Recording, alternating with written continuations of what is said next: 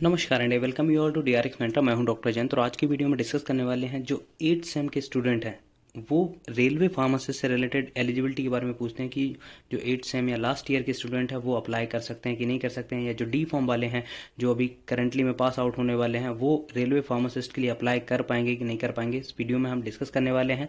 तो इस वीडियो में डिस्कस करेंगे एलिजिबिलिटी के बारे में, opportunity for freshers and last year की जो लास्ट ईयर वाले स्टूडेंट है डी फॉर्म वाले और बी फॉर्म वाले वो फॉर्म फिलअप कर सकते हैं कि नहीं कर सकते हैं, एग्जाम पैटर्न क्या रहता है और सिलेबस क्या रहता है। तो चलिए स्टार्ट करते हैं, बट उससे पहले आपने चैनल को सब्सक्राइब नहीं किया तो चैनल को सब्सक्राइब कर लीजिए सो दैट आपको फार्मा रिलेटेड जो भी इंपॉर्टेंट इन्फॉर्मेशन है वो मिलती रहे। तो ये आप देख सकते हैं जब से ये कैलेंडर आया हुआ है सभी जो यूट्यूबर हैं वो भी डिस्कस कर रहे हैं कि रेलवे फार्मासिस्ट की वैकेंसी आने वाली है, और जो कैलेंडर है उसमें मेंशन है कि ये वैकेंसी आपको देखने को मिल सकती है जुलाई से सितंबर के बीच में। ठीक है, अभी रिसेंटली भी एक नोटिफिकेशन आया था जिसमें मेंशन था पोस्ट के रिगार्डिंग जो भी आरआरबीज हैं, आरआरबी पटना को अलॉट किया गया है नोडल ऑफिसर। ठीक है, तो जो आरआरबी पटना है उसके देख रेख में ये सारा एग्जाम वगैरह कंडक्ट कराया जाएगा। तो यहाँ पर आप देख सकते हैं जुलाई से सितंबर के बीच में आपको देखने को मिल सकती है पैरामेडिकल कैटेगरी की वैकेंसी। तो हम लास्ट ईयर के स्टूडेंट की बात करें जो कि 8th सेम में है बी फार्मा के, क्योंकि यदि हम डी फार्मा के स्टूडेंट की बात करें तो जो डी फॉर्म वाले हैं लास्ट ईयर वाले उनको सबसे पहले एग्जिट एग्जाम देना पड़ेगा। एग्जिट एग्जाम देने के बाद उनका रजिस्ट्रेशन होगा तो उनको काफ़ी टाइम लग सकता है। लेकिन जो बी फॉर्म के 8th सेम के स्टूडेंट हैं जो लास्ट सेम के स्टूडेंट हैं उनके लिए एक अपॉर्चुनिटी हो सकती है यदि ये वैकेंसी अगस्त से सितंबर लास्ट तक आती है। तो क्योंकि जो 8th सेम होता है वो आपका कंप्लीट हो जाएगा, आई थिंक सभी यूनिवर्सिटीज़ का जून में हो जाता है। जून में होने के बाद जुलाई तक आपका रिजल्ट भी आ जाता है। ठीक है, रिजल्ट जुलाई में रिजल्ट आने के बाद अब ये डिपेंड करेगा कि आपकी स्टेट में कितना टाइम लगता है फार्मासिस्ट के रजिस्ट्रेशन में। जैसे कुछ स्टेट हैं, जैसे मध्य प्रदेश में बात करें तो आप ऑनलाइन प्रोसेस है, लगभग 1 महीने में आपके पास रजिस्ट्रेशन आ जाता है। लेकिन कई स्टेट हैं जैसे यूपी, वहाँ पर ऑफलाइन आपको करना पड़ता है, या फिर और जहाँ पे भी ऑफलाइन प्रोसेस होती है वहाँ पे लगभग 3 से 4 महीने का टाइम लग जाता है।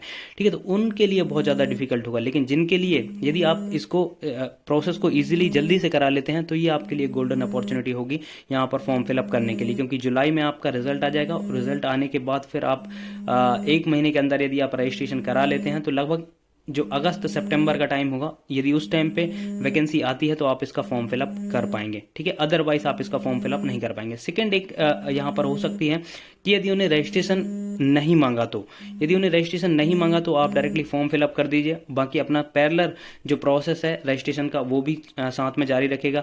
तो ऐसा हो सकता है कि जब तक आपका एग्जाम वगैरह आए या फिर डॉक्यूमेंट वेरिफिकेशन के टाइम तक आपके पास हो जाएगा, यदि उन्होंने प्रॉपरली उसको चेक नहीं किया तो। क्योंकि कई बार होता है कि जस्ट वो आपका सिर्फ सर्टिफिकेट ही देंगे कि आपके पास रजिस्ट्रेशन है कि नहीं पीसीआई का।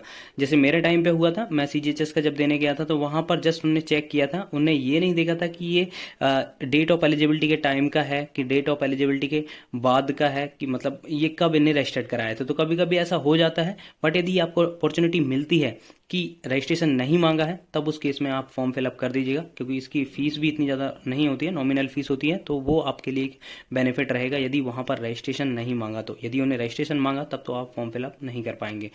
फिर उस कंडीशन में यदि आपने रजिस्ट्रेशन कराया 1 महीने के अंदर अपना मतलब टाइम लेके यदि आपने रजिस्ट्रेशन कराया तभी आप इसका फॉर्म फिलअप कर पाएंगे, अदरवाइज इसका फॉर्म फिलअप नहीं कर पाएंगे।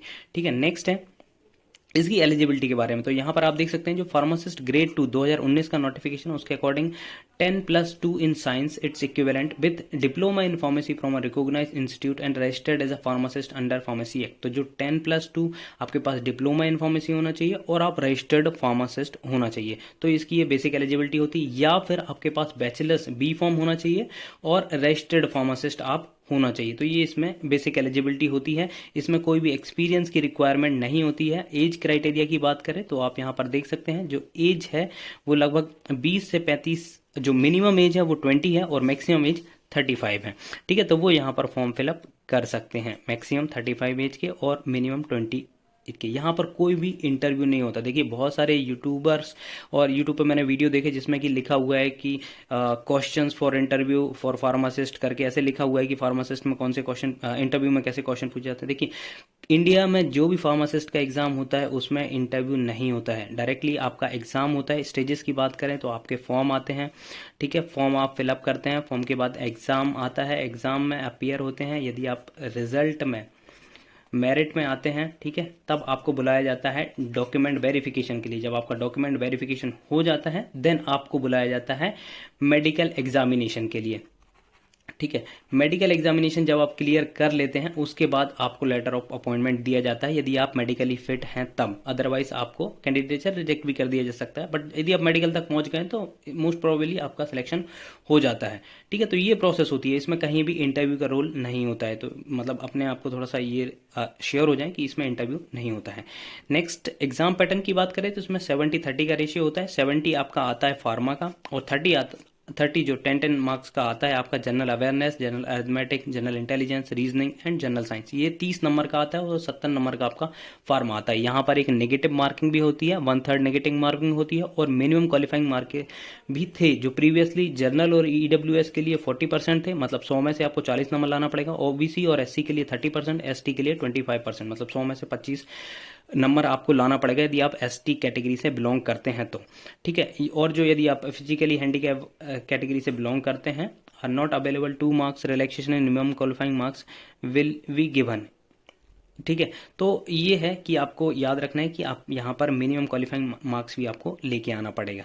नेक्स्ट डिस्कस करते हैं इसके सिलेबस के बारे में। तो आप देख सकते हैं जो भी बी फार्मा का जितने भी हम सब्जेक्ट पढ़ते हैं वो सारे कुछ यहाँ पे मेंशन किए हुए हैं, जैसे कि ह्यूमन एनाटॉमी हो गया, फिजियोलॉजी हो गया, मेडिकल फार्मास्यूटिकल एनालिसिस हो गया, फार्मास्यूटिक्स हो गया, फार्मास्यूटिकल इनऑर्गेनिक केमिस्ट्री हो गया, रेमेडियल बायोलॉजी हो गया, रेमेडियल मैथमेटिक्स हो गया, फार्मास्यूटिकल ऑर्गेनिक केमिस्ट्री। तो देख सकते हैं आप ये लिस्ट है जिसमें कि सारे के सारे सब्जेक्ट हैं, बट इतना पॉसिबल नहीं हो पाएगा क्योंकि देखिए अभी आपके पास लगभग यदि अगस्त में इसका शेड्यूल वो आता है, फॉर्म आता है, तो इसका एग्जाम मान के चलिए आप लगभग 3-4 महीने लग जाएंगे। दिसंबर तक एग्जाम होगा तो लगभग 7 से 8 महीने का टाइम है, आपको एक सफिशिएंट टाइम भी है।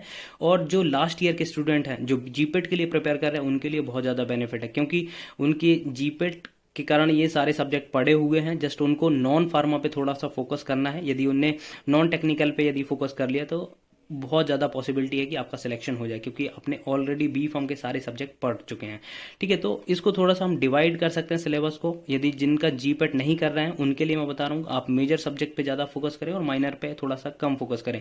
यदि आपके मेजर सब्जेक्ट कंप्लीट हो जाते हैं तब आप माइनर की ओर जाएं, जैसे कि आपके फार्माकोलॉजी हो गया, एचईपी हो गया, फार्मास्यूटिक्स हो गया, फार्माकोग्नोसी हो गया, dispensing pharmacy, jurisprudence, pharmaceutical management, microbiology, inorganic chemistry and biochemistry, ये सब्जेक्ट्स आपको प्रायोरिटी पे पढ़ना है। यदि जब आपके कंप्लीट हो जाए तब आपको ये भी पढ़ना है, ऑर्गेनिक केमिस्ट्री हो गया, एनालिसिस हो गया, मेडिकेम हो गया, बायोटेक्नोलॉजी हो गया, बायोफॉर्म हो गया, फार्मास्यूटिकल इंजीनियरिंग और जो कुछ छोटे सब्जेक्ट हो सकते हैं वो भी आपको पढ़ के जाना है। बट मेजर जो होता है जिसमें से कि आपके 80% चांसेस होते हैं क्वेश्चन आने के, तो वो आपको पढ़ना है, जैसे कि फार्माकोलॉजी और जो मैंने लिस्ट किया हुआ है मेजर सब्जेक्ट वो। और माइनर जो होते हैं जहाँ से 20% क्वेश्चन आपके आते हैं तो उन पे यदि आप कम फोकस भी करेंगे तो चलेगा, बट आपको मेजर पे ज़्यादा फोकस करना पड़ेगा, ठीक है। ये हो गया। नेक्स्ट डिस्कस करते हैं कि नॉन टेक में क्या क्या आता है। तो यहाँ पर आप देख सकते हैं मैथमेटिक्स आती है, इसमें जनरल इंटेलिजेंस आती है, अवेयरनेस आती है, जनरल साइंस आती है। अब इसमें मेजर क्वेश्चन आता है कि इनको कहाँ से कवर करें।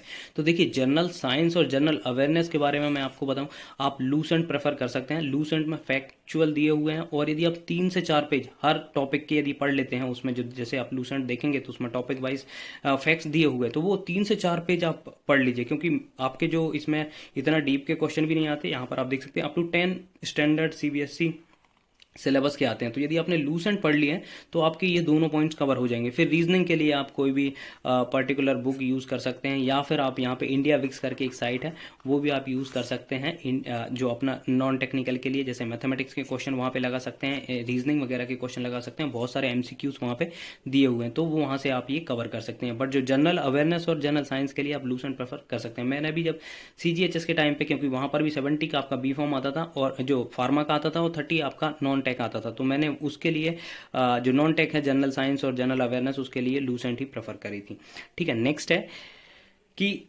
अब आपको प्रिपरेशन स्टार्ट कर देना है। जो जीपेट के लिए प्रिपेयर कर रहे हैं उनके लिए तो बहुत अच्छा है कि वो अब नॉन टेक पे फोकस करें थोड़ा सा। नॉन टेक पे फोकस करने के कारण क्या होगा कि उनका जो 30 में से एक अच्छा खासा स्कोर वो निकाल पाएंगे क्योंकि उनका फार्मा ऑलरेडी कंप्लीट हो चुका है और नॉन टेक में भी यदि 30 में से अच्छे क्वेश्चन मार्क्स ले आते हैं तो उनकी मेरिट में आने के चांसेस होंगे। आई होप ये इन्फॉर्मेशन आपको अच्छी लगी होगी। अच्छी लगी तो प्लीज़ चैनल को सब्सक्राइब करिए, वीडियो को लाइक करिए, शेयर करिए एंड कमेंट करिए। Thank you. नमस्कार।